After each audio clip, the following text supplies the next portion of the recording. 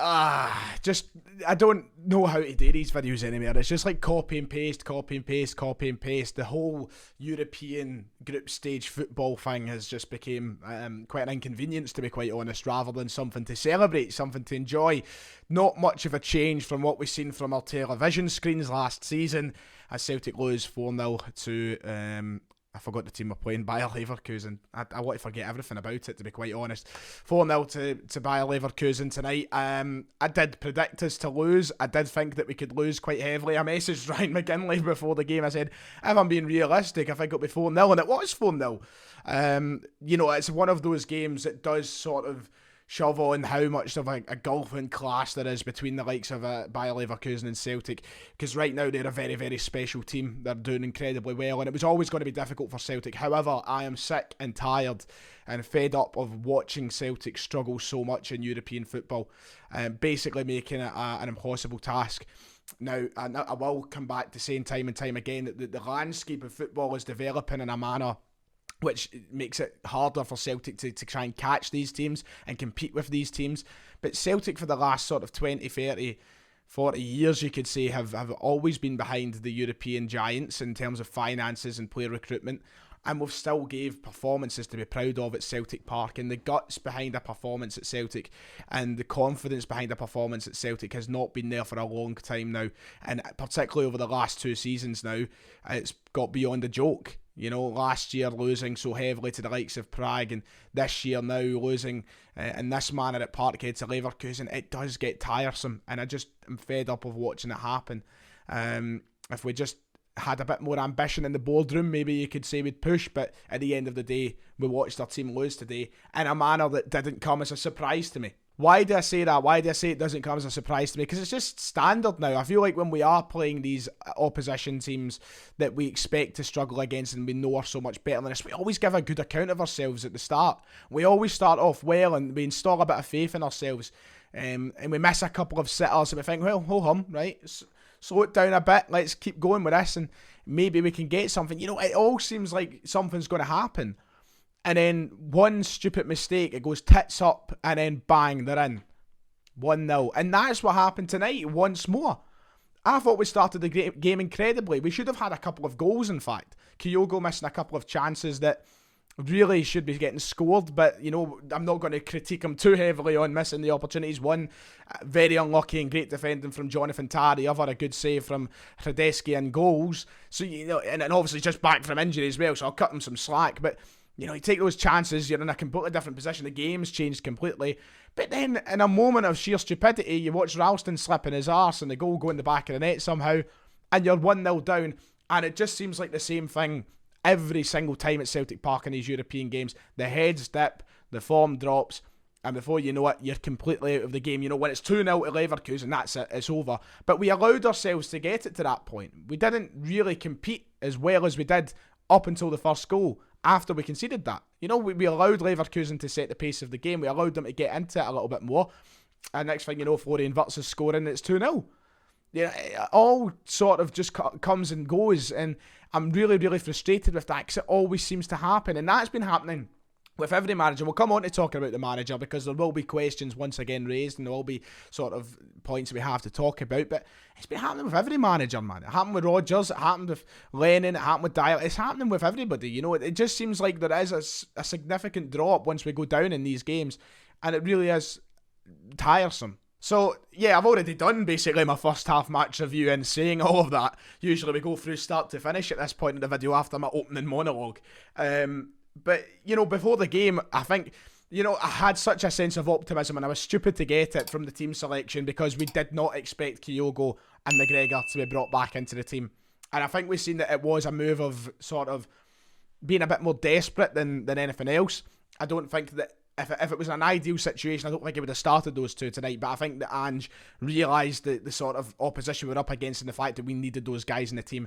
And one thing we can say about Kyogo and McGregor is the difference that they make is unbelievable. And that will be more visible, I think, in domestic games against opposition we should be beating. But tonight, you already seen it in the kind of opening exchanges of the game. How much of a difference Kyogo makes in that team. Kyogo comes in and he just...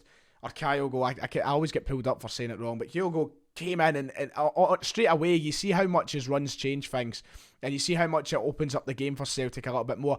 As I said, those couple of chances, especially in the first half, that he should have probably buried. He does some tremendous work to get those chances and creation. You know, the way that he runs off players.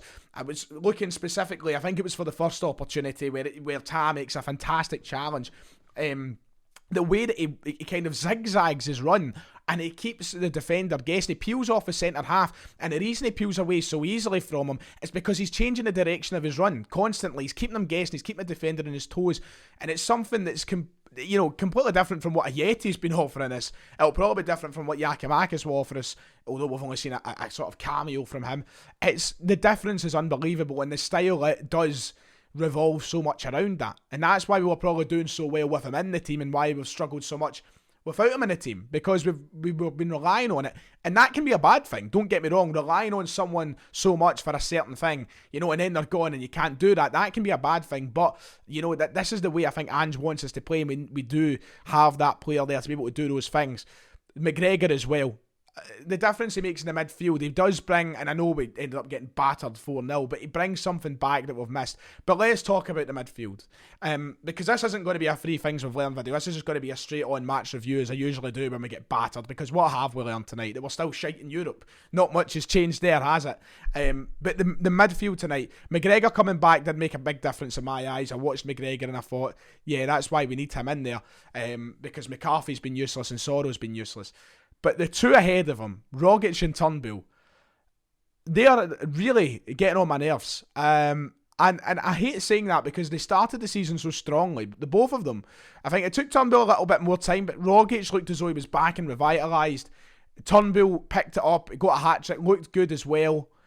But the last few games, they've been empty jerseys. And to be honest, they have shown a height of laziness. They don't do much running between them. I think their decision making has been woeful when they've had the ball, and ultimately, as I said in the last sort of match review video, you can't play those two together. It's just not working out. It worked well in that sort of honeymoon phase that we had, and we were getting results. But you have to sit and analyse the performance. You have to analyse them working together and playing together. It doesn't work. Now, I did say, and I was proven right, we would be overrunning that midfield, and that's where we'd lose the game. That's exactly one of the problems from today. I thought we weren't good enough in the midfield, and the laziness of Rogic and Turnbull was the main part of that. They weren't doing enough running. They weren't chasing their men. It wasn't working, and they were having a field day with his Leverkusen. I think they ran, to be honest, they won everywhere in the park. Not just the midfield, but there specifically, because Rogic and Turnbull, they're not putting a shift in at the moment. And it's not even like they're not putting a shift in and then giving us something in the final third. They've been giving us nothing. Turnbull and Rogic, they've been doing nothing at all. As I said, their decision making has been very, very poor, and they've been doing nothing else. So, we're in a position now where we're kind of stuck with those two there, and we've been relying on them, and we're not changing it because we've not got other great options.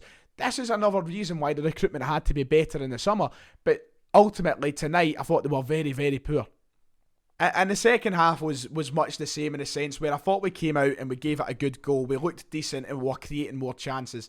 But once again, we do something silly. We give away a penalty. Well, to be fair, the penalty's not so silly. I think it's Carter Vickers tries his best to block the shot. But leading up to that, it was a counter-attack that came out of nothing that allowed us to go and concede that penalty. Carter Vickers unluckily comes off his hands. Penalty's giving you 3-0 down. But then once again, I thought the heads dropped and Leverkusen dictated a bit more of it. But it was annoying because it didn't feel like we were that bad at points in the second half. But, it's just giving them so much time and space to do things that allows them to ultimately beat us. And another big shout to Hradeski and goals, by the way, for Leverkusen tonight, because I thought he was tremendous. A really good goalkeeping performance that kept out a good few chances. We did create numerous chances, that's the thing. There were points in the game where we looked promising and we actually looked decent. But we can't put them away. Hradeski had a great performance. And on the other side of that, Joe Hart as well. I thought, once again, conceding 4, it's been so hard for Joe Hart because he's been doing so much. He's been saving so many shots that we wouldn't have seen saved in the past. And he's generally been... I've enjoyed seeing him play for Celtic. I think he's been brilliant. But being let down by the guys in front of them, because the defence isn't good enough. Both tonight, the back line, apart from Carter Vickers, I thought the back line, it felt so frustrating. I'm getting on such a tangent here. Hart made some great saves. It could have easily been 7 or 8, I think, for Leverkusen tonight if Hart never wasn't in between the sticks. But the back four in front of him, Montgomery, he's not this level. He can't play games against another point sign towards the whole transfer business. We didn't do enough. Montgomery can't be playing at a level against Leverkusen yet. He's not ready. He was rinsed tonight. Ralston, he knocks his pan and he tries, but once again, I think it was points where he showed he's not good enough for this level. Starfelt is so frustrating. There's a couple of moments in the game tonight where Starfelt, I looked at him and went, that's brilliant work, well done. But then he ruins it all with so many difficult moments. He looks so nervy, and Leverkusen really took advantage of the nerves that was, I think, coming from Starfelt most. They trapped us in our box a lot of the times, and it was hard to get out of. But Starfelt showed a couple of great moments, and then he'd throw it all away, and he looks tripe. So it's really frustrating. The back four in front of Hart really do let him down, and that's shown the last few games. Hart's made save after save after save, but he can only do so much before chances given away result to goals. And that was part of the game tonight. I love these rants for European games, honestly. It's like structure goes out the window for these videos, and they just talk, because it's all I can do. I guess the positives, Betis beat Ferencvaros, so they're still on 0 points, even though right now I'm doubting our ability to beat Ferencvaros. And I suppose Kyogo and McGregor are back, which can be taken as a positive, but I'm sick and tired. I mean, yes, there is such a golfing class, but there's so many teams across Europe that put up fights. And you look at Ferencvaros, they lost 2-1. And Leverkusen, they put up a fight. We lie down and grunt. That's what we do. And it's so frustrating. You know, we get battered every fucking time. And there's teams that are so, less off than us and across Europe who make more out of these games. And we can't. We physically can't. There is something there. I don't know what it is about Celtic, but I just want a team that challenges these mobs. I want that so much. Anyway, that'll do. McCarthy's pish. He came on tonight and he was useless again, man. But, there's so many question marks. And we've not even spoke about the manager. We'll talk about this all so much more in depth tomorrow on the podcast, on the Celtic The Thunder. We've got a lot to talk about. Me and Ryan McGinley will be on that. So feel free to come and watch for a bigger breakdown and probably more structured breakdown of tonight and what it means in the greater scheme of things. Like and subscribe. I'll see you all next time.